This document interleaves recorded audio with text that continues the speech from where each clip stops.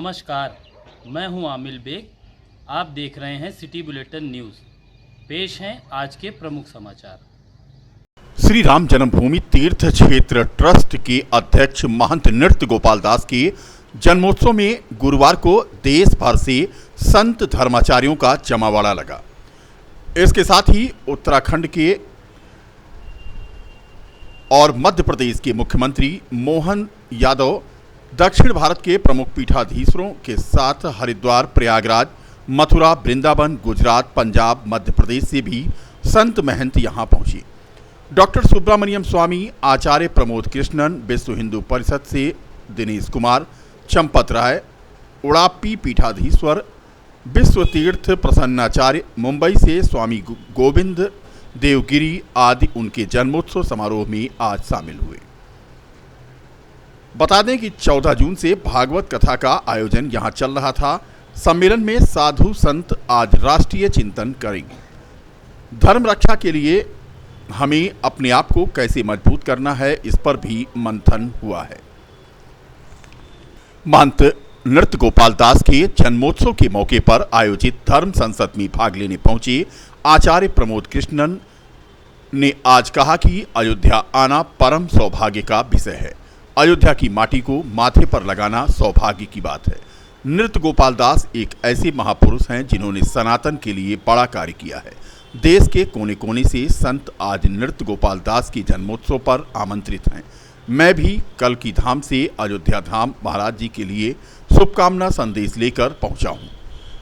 NEET परीक्षा के सवाल पर उन्होंने कहा कि पेपर लीक होना छात्रों के भविष्य के साथ खिलवाड़ होना जैसा है, इसको रोकना चाहिए। उन्हें भरोसा है कि भारत सरकार इसको गंभीरता से लेगी।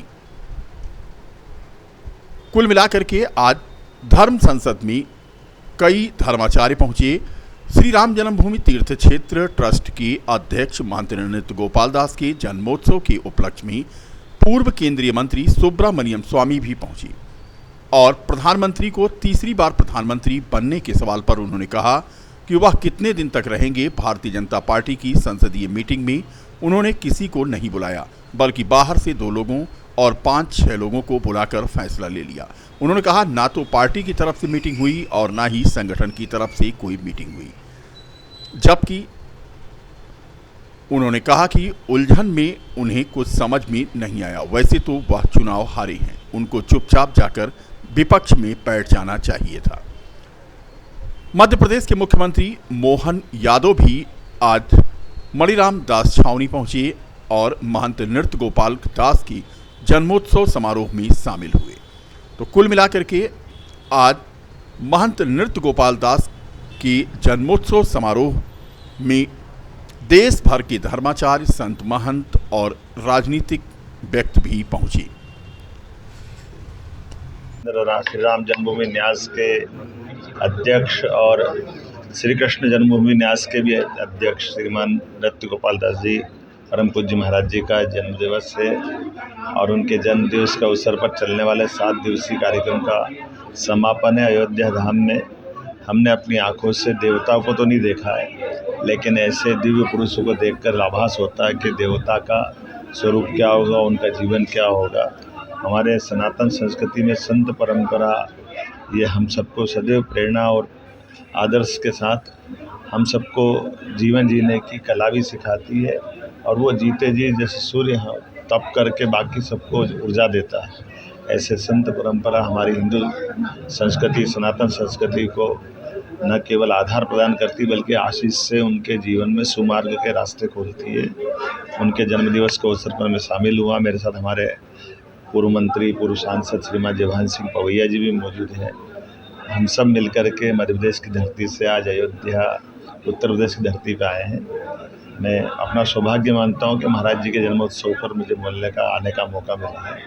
मैं परमात्मा से कामना करता हूं वो शतायु हो, सहस्त्रायु हो और जो उनका अपना जीवन है वो पूरा देश जाने और उनके जीवन के विविध अच्छे प्रसंगों को हम सब सदैव अपने जीवन भर स्मरण भी रखेंगे और उम्मीद करते हैं कि उनका जो दूसरा न्यास का काम है, अपनी आँखों के बाद भगवान जब राम अयोध्या में मुस्कुरा रहे तो हम महाराज जी से कामना करेंगे बहुत जल्दी भगवान कृष्ण को मुस्कुराने का मौका अयोध्या से मथुरा में मथुरा में दिलवाएंगे। मेरी अपनी ओर से एक बार फिर उनके प्रति शुभकामना, बधाई।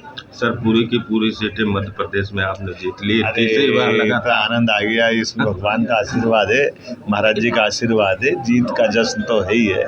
लेकिन अभी तो मैं अयोध्या धाम में दर्शन करने भगवान के आया था और महाराज जी के जन्मोत्सव में बधाई देने आया हूँ। मेरी अपनी ओर से यशस्वी प्रधानमंत्री के नेतृत्व में जो चुनाव लड़ा गया है, हम सब अब साक्षी बन चुके हैं। तीसरी बार मोदी जी की सरकार बनी है और यथायोग्य जिसने जहाँ जैसा योगदान देना था सबने योगदान दिया और पूर्ण बहुमत की सरकार के साथ एनडीए सरकार चल रही है। उसके यश गौरव, उसके अपने रोज नए समाचार।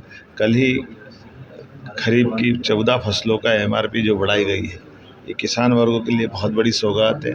उसके 2 दिन पहले बनारस से किसान सम्मान निधि डाली है। परमात्मा करे मोदी जी के हाथ में ऐसे ही यश मिलता रहे और पूरा देश मुस्कुराता रहे।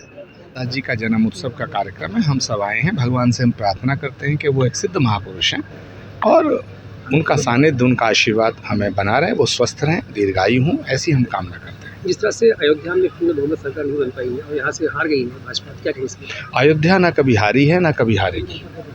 अयोध्या अगर हार गई तो सनातन हार जाएगा और सनातन कभी हार नहीं सकता। किसी राजनीतिक दल के कैंडिडेट का हारना और जीतना अयोध्या की हार जीत से उसका कोई लेना देना नहीं है। अयोध्या सनातन का केंद्र है और सनातन का केंद्र मजबूत है। अयोध्या की विजय पताका हमेशा पूरे विश्व पे लहराई है और लहराती रहेगी। जो लोग बीजेपी के कैंडिडेट को हारने की घटना को ये कह रहे हैं अयोध्या हार गई है, मैं उससे सहमत नहीं हूँ। अयोध्या ना कभी हारी है, ना कभी हार सकती है। महाराज जी लगातार महाराज जी, एक बात ये हो रही कि केंद्र में भाजपा की सरकार पूर्ण बहुमत से नहीं है, तो विपक्ष का क्या? किसी दबाव में काम करने वाले नेता नहीं हैं। नरेंद्र मोदी जी हैं तो समझ लो सख्त फैसले होंगे।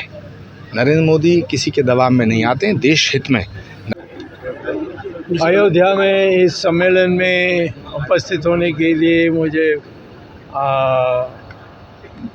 हमारे देश के बहुत वरिष्ठ साधु वो उनकी 83rd यानी 83 साल की जन्मदिन पर मैं अपने प्रणाम करने के लिए आया हूँ। तीसरी बार पीएम मोदी, क्या देखते हैं कि देश में किस तरीके से काम होगा? वो कितने दिन रहेंगे? ये तीसरा दिन तो उन्होंने हमारी भारतीय जनता पार्टी के संसद सदस्य की मीटिंग में तो उन्होंने अनुमति नहीं ली। सिर्फ 2 लोग बाहर से लाए और 4-5 लोगों को बिठा कर उन्होंने कर दिया है। तो अभी तो मैं ये कहूँगा कि कुछ दिखता नहीं है, क्योंकि पार्टी की तरफ से तो कुछ ना मीटिंग हुई, ना संगठन के तौर पर मीटिंग हुई, ना, और सब मनोनीत है। तो इसमें इन्हीं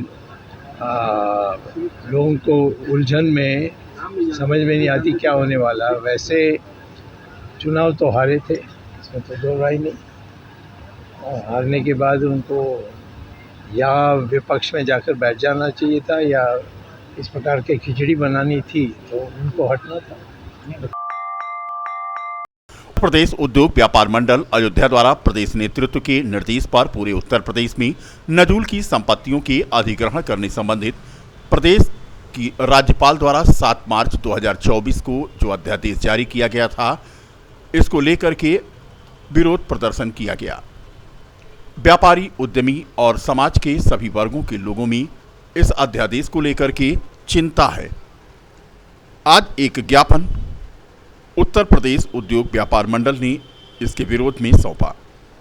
इस अध्यादेश को वापस लेने एवं नजूल संपत्तियों के फ्री होल्ड को शुरू किए जाने के संबंध में मुख्यमंत्री को संबोधित मांग पत्र जिलाधिकारी के माध्यम से संगठन के जिलाध्यक्ष कविंद्र साहनी के नेतृत्व में दिया गया।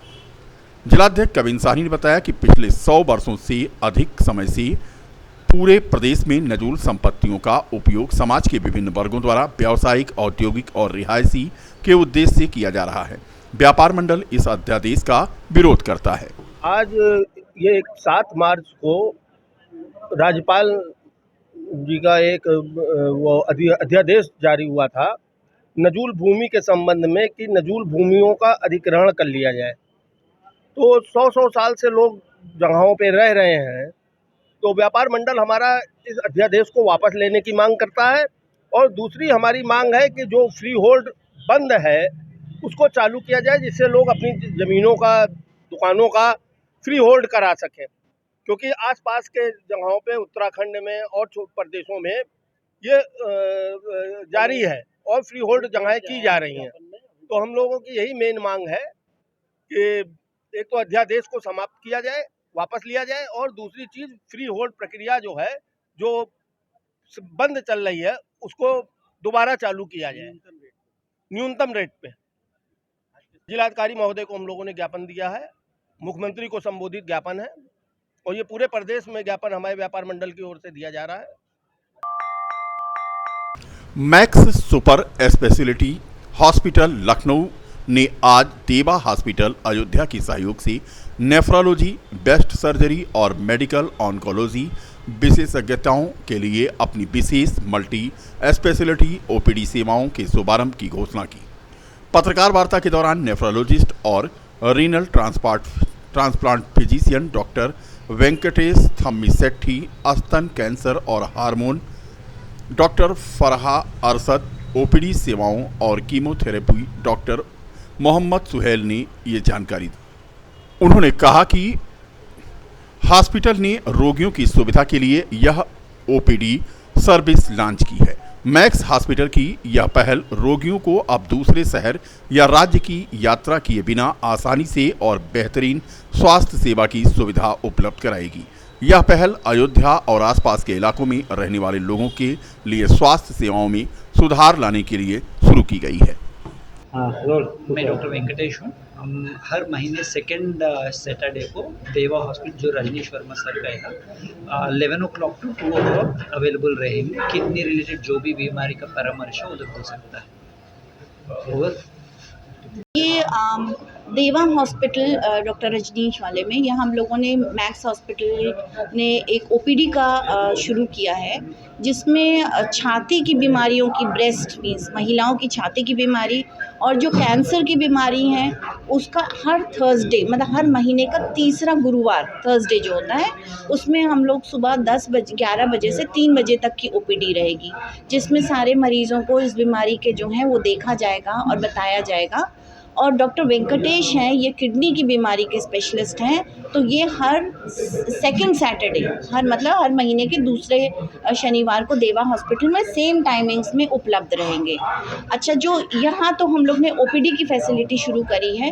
कोई भी जो इस बीमारी से मरीज़ में हम लोगों की ओपीडी में आते हैं, उनको हम लोग वहाँ पे बुलाएंगे लखनऊ में, और वहाँ पे इलाज की सुविधा तो पूरी है, इंश्योरेंसेस भी हैं, और गरीब पेशेंट स्पेशली उनके लिए हम लोग कहना चाहेंगे कि हम लोग के पास सीएम फंड की भी सुविधा है। उसमें जो गरीब मरीज़ हैं, जिनकी आय कम होती है, आधार कार्ड और आय पत्र के साथ आ सकते हैं, वहाँ हम लोग फंड की जो है अवेलेबिलिटी कराते हैं, और उनका इलाज ऑलमोस्ट फ्री भी हो सकता है। बाकी हॉस्पिटल एडवांस्ड है, सारी बेस्ट ऑफ फैसिलिटीज़ इसमें अवेलेबल हैं, तो पेशेंट्स को एक मिनिमम, जिसे कहते हैं, एक पैसे की अवेलेबिलिटी के साथ भी बेस्ट सुविधाएं मिलने का पूरा वहाँ पे अवेलेबिलिटी है। मेरा नाम डॉक्टर फराह है। मैं ब्रेस्ट सर्जरी की हूँ, छाती की बीमारियों की सर्जरी की स्पेशलिस्ट है। छाती की जो भी महिलाओं में आजकल आपको पता ही है प्रॉब्लम हो रही है, बढ़ रही है, गांठ गिठान, बगल में गांठें, कैंसर, हर चीज़ का इलाज हम लोग मैक्स हॉस्पिटल में करते हैं। और फिर मैं कहना चाहूँगी कि हम लोग पूरी फैसिलिटी देते हैं, और गरीब पेशेंट्स की मदद के लिए पूरा फंड भी अरेंज करते हैं।